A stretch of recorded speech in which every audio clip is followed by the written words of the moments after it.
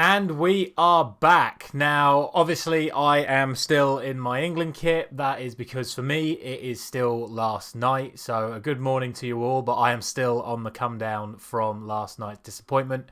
If you want to see my full reaction to England's game last night, it will be available for you now in the top corner of your screen and also at the end of the video.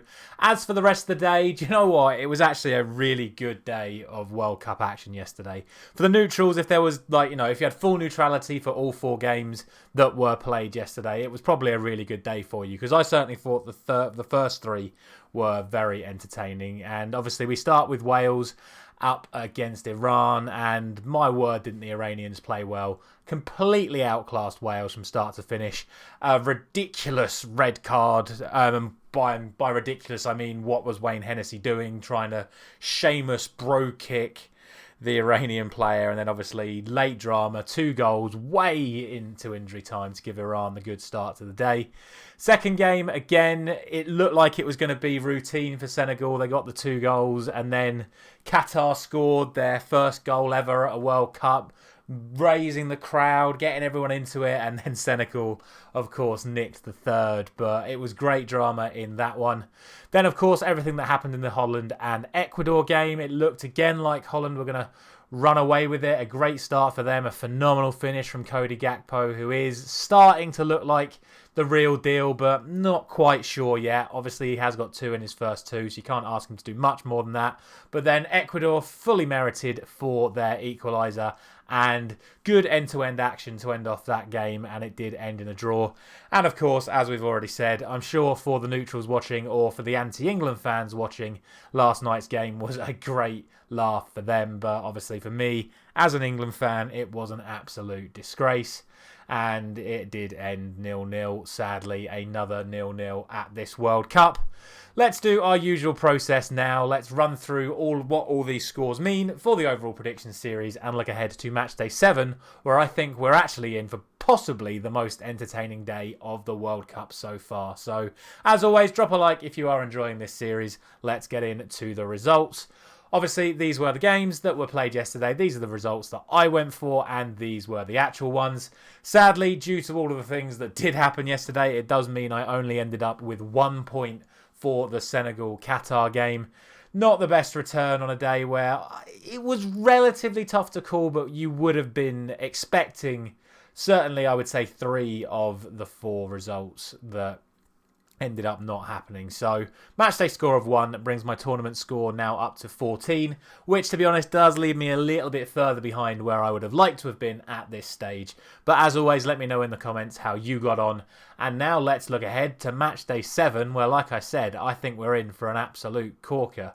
Because if you look at the 4 fixtures on your screen right now, genuinely, I think all 3 results are possible for all 4 games. And I know there's probably a few of you out there thinking, really? Surely X is going to beat Y and whatever. But honestly, right now, I think all 3 results are possible in all 4 games, which is going to be great for entertainment. And hopefully it is going to be exciting in all of them, because I genuinely don't know what's going to happen. Like I say, great for entertainment. Horrible for a prediction series where obviously you've got to try and get this stuff right. But I'm going to give it my best shot. And we'll start with the early game, which is Tunisia and Australia. And based off of what I saw in these 2 teams' respective first games, I'm just going to edge it to Tunisia. I'm going to go for 2-1. I know Tunisia defended very well, but I still think Australia are more than capable of getting a goal. But Tunisia did look dangerous when they were going forward. And, as a Manchester United fan, I hope Hannibal Mejbri can get himself involved at some point today as well. So I'm going to give it 2-1 to Tunisia. Next up, we have everyone's surprise package from the first round of fixtures, Saudi Arabia.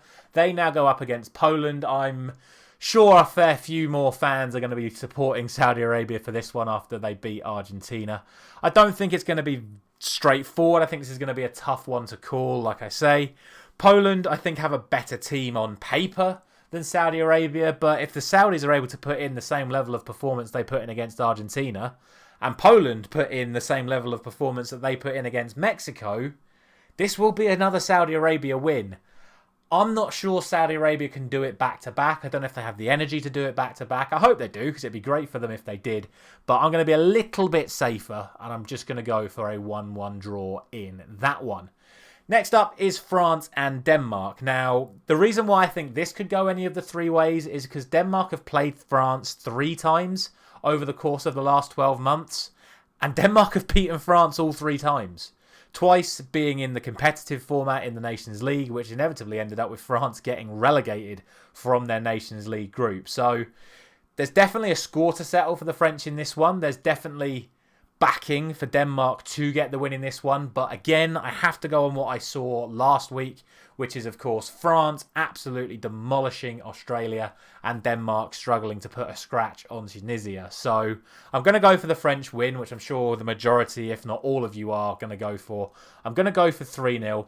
But just be that little bit aware that in the back of the French minds, they're going to be thinking Denmark have beaten us a lot recently, and they're not going to want that to happen again. And finally, it's Argentina against Mexico. A situation which could potentially result in Argentina being out of the World Cup if Mexico win this game, depending on how the Poland-Saudi Arabia game goes. So, much riding on this. What's going to happen, nobody knows.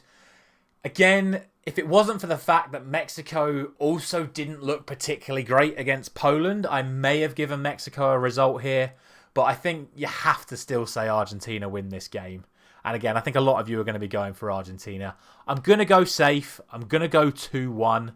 I think it could be more. And like I said, I do think there is a strong possibility that the Mexicans could get a draw or even a win in this one if Argentina still fail to perform.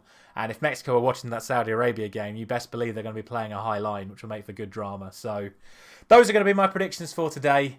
Hopefully I'm feeling a bit better when you're watching this video. And like I say, hopefully this day lives up to what I have said it could do. Thank you very much for watching as always. Let me know down in the comments what you think is going to happen. And I will see you again tomorrow morning.